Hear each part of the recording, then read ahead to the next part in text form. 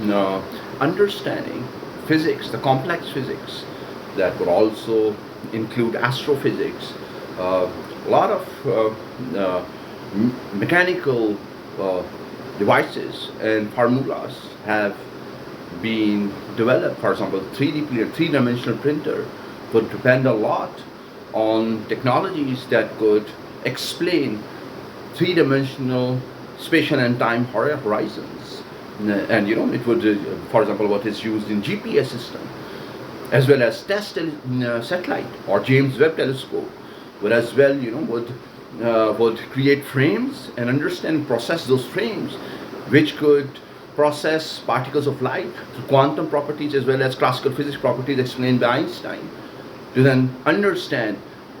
time and spatial horizons across interstellar spaces or across the Milky Way or across the universe. And what the future of manufacturing is defined through tip technologies that are dependent on quantum computers, or that would be developed through two-dimensional crystals, would then allow us to then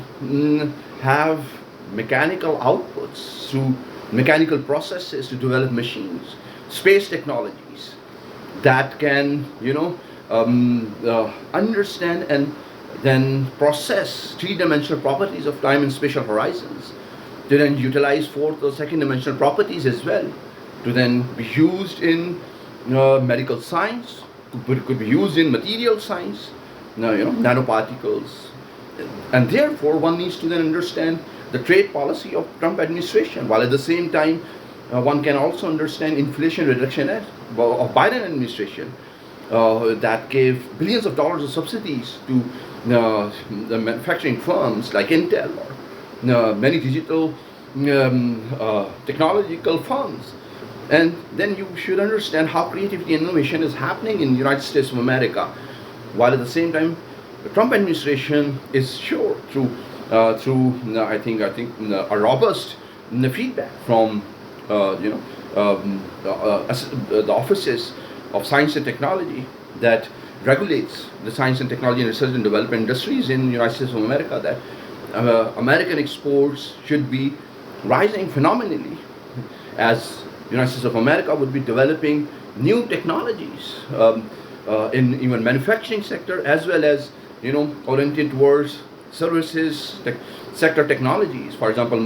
metaverse could reorient services sector, and that is something which needs to be understood through